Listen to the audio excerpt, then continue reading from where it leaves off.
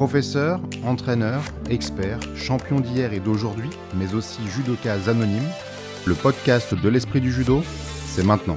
Hajime.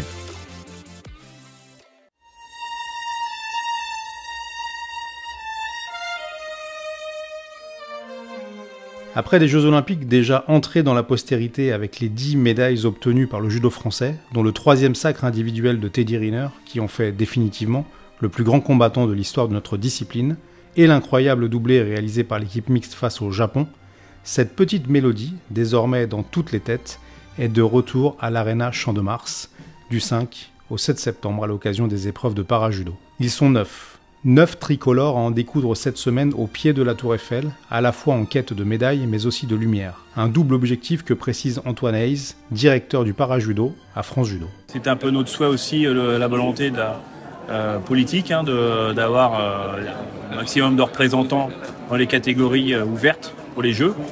Où malheureusement on ne peut pas avoir 16 catégories, on en a ouvert que 9 lors des derniers championnats du monde en 2022. Ça s'est fait un petit peu aussi avec la réglementation internationale un petit peu au dernier moment, mais voilà, on a ouvert les 9 catégories, on peut présenter 9 athlètes. Les sélections c'était un peu compliqué jusqu'au dernier moment, puisqu'il y a des athlètes qui visent la médaille, comme Elios, Nathan, Sandrine, qui vont vraiment chercher à performer. Et aussi, ce qu'on a annoncé dès le départ, il y a aussi des enjeux de représentation pour nous, parce que même si le président il dit que ça ne bougera pas au nombre de licenciés, qu'on a une fédération assez forte, etc., nous, pour autant, les Jeux paralympiques, ça reste une fenêtre médiatique importante. Et pour nous, les Jeux, au-delà de la performance sportive qu'on va chercher, ça sera aussi le moyen de faire passer des messages pour les personnes déficientes visuelles et autres, toutes les personnes qui ont un handicap, de venir après pratiquer le judo. Donc c'est des exemples, c'est de la représentation. En plus de la performance, donc les enjeux sont vraiment doubles pour nous et c'est ça qui est intéressant. 9 sélectionnés pour autant de parcours, comme il le rapporte en quelques mots. Elios, c'est la force tranquille, Elios Tchoumanaya, tout le monde le connaît maintenant, et là il est numéro 1 mondial, il a battu tout le monde dans sa catégorie, donc voilà, il arrive avec grand favori, donc c'est une grande chance de médaille pour nous et on est très confiant parce qu'il est à fond dans son projet. Nathan Petit, qui lui qui a énormément progressé, en plus avec l'arrivée de Christophe Gagliano, qui était sur le même profil de combattant, donc il y a une entente parfaite entre les deux et ça c'est super intéressant, et donc on sent que Nathan monte en puissance, donc ça va être très intéressant. Après, on a Sandrine Martinet qui est encore là, là, elle sait que ça va être compliqué parce qu'elle est attendue, elle est connue, mais là, avec le public, elle aussi, c'est la force. Elle peut se transcender sur des moments comme ça importants, elle a un mental très fort, donc on peut espérer aussi un beau parcours de sa part.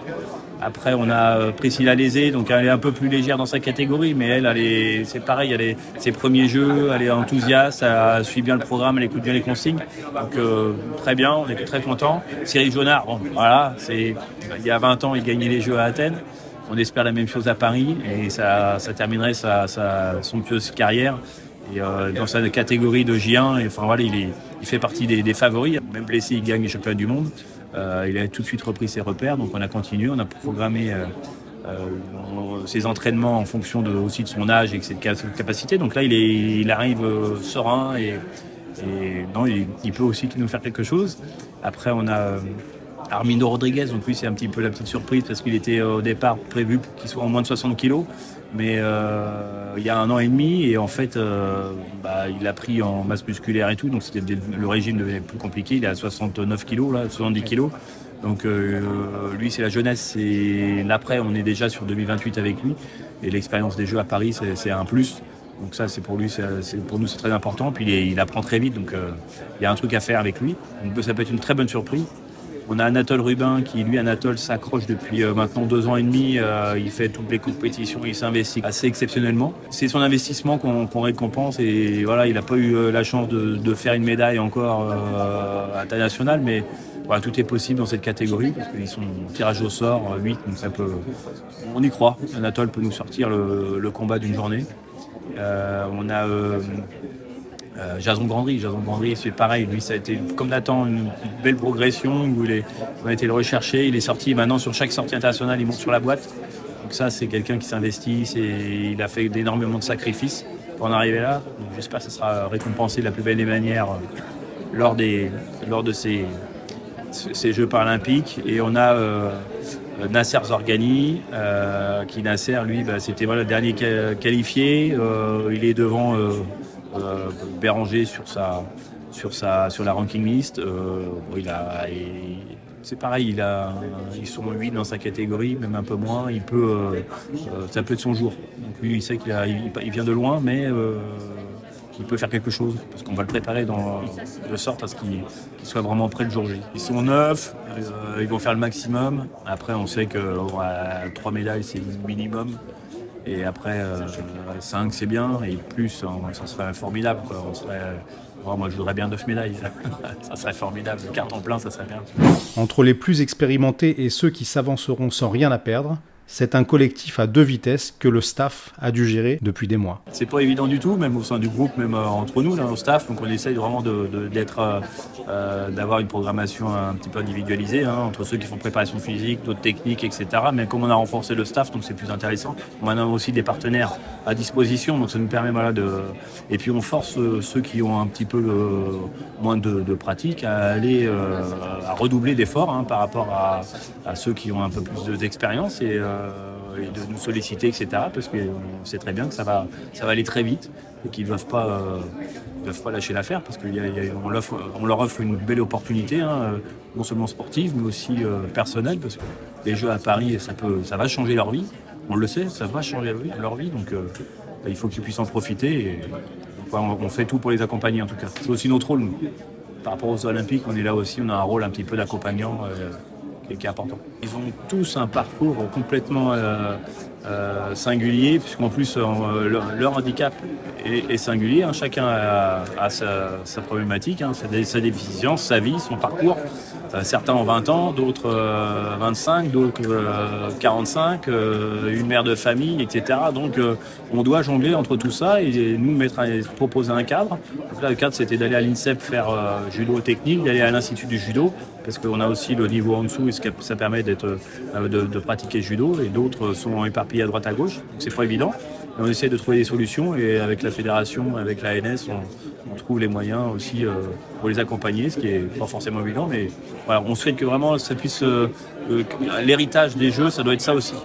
Donc ça doit être pouvoir continuer avec à peu près le même fonctionnement et réajuster en fonction des individus qui vont rester. Parmi les novices de ces Jeux paralympiques se cache tout de même un personnage bien connu du judo français, en la personne de Christophe Gagliano, pour qui les Jeux, olympiques cette fois, n'ont plus vraiment de secret. Médaillé de bronze à Atlanta en 1996, c'est avec la casquette de responsable des masculins qu'il a vécu l'édition de Tokyo il y a 3 ans. Venu en renfort dans le staff des coachs à partir du début d'année 2023, il revient sur cette nouvelle expérience et cette échéance d'envergure qui se profile. Je suis un peu caméléon, c'est-à-dire que j'ai bossé à l'étranger, j'ai bossé avec les juniors, j'ai bossé avec les féminines. Donc j'ai toujours eu cette habitude de ne pas m'enfermer sur un type de public. Après, les circonstances ont été un peu différentes, donc il a fallu un peu alors je dirais pas se forcer, mais un peu aller plus vite dans le temps d'adaptation, puisqu'en plus je suis arrivé en janvier de l'an dernier, 2023, ce qui fait que bon voilà, on est à 1 an et demi de l'échéance, donc on n'a pas trop de temps à perdre.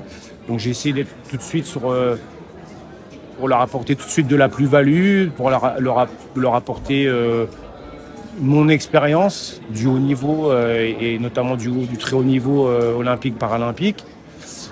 Et puis essayer d'être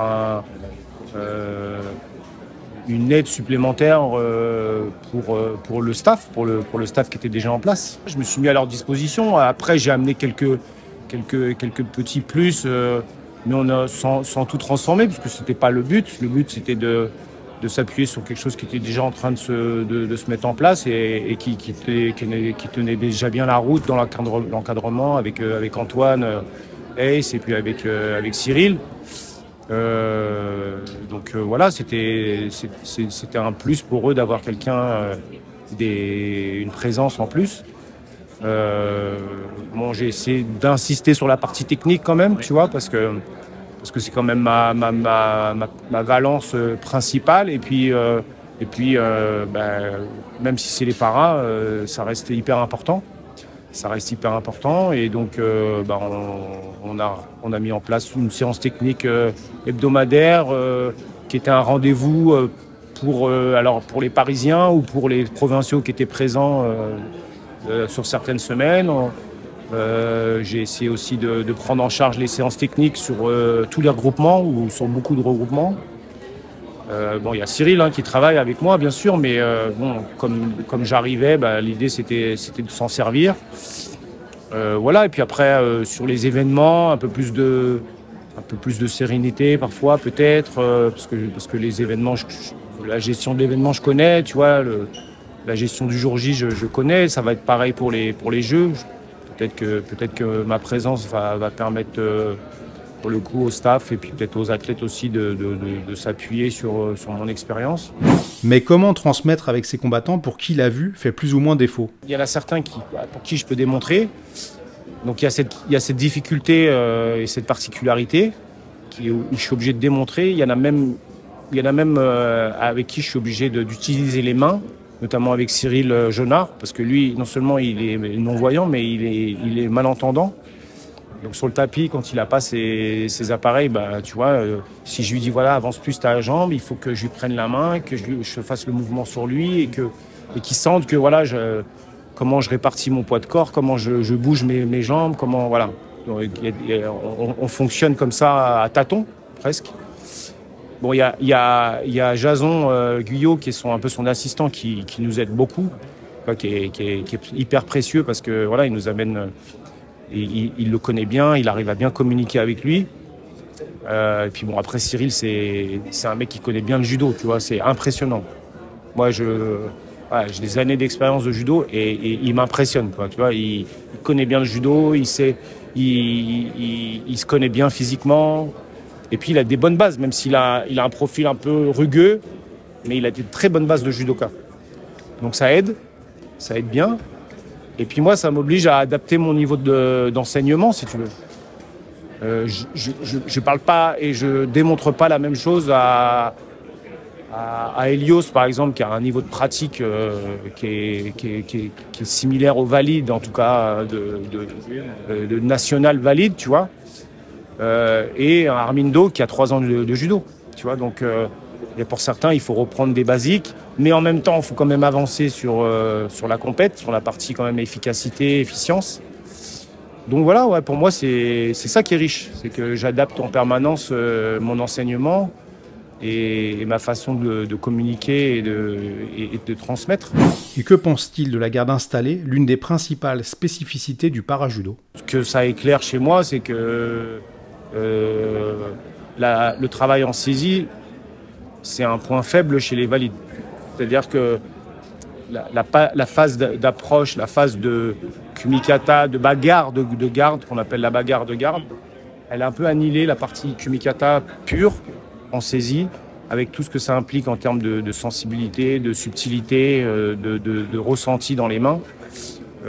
Et on a souvent affaire à des gens qui font lâcher, qui font péter les mains, plutôt que d'essayer de trouver des solutions en restant en saisie.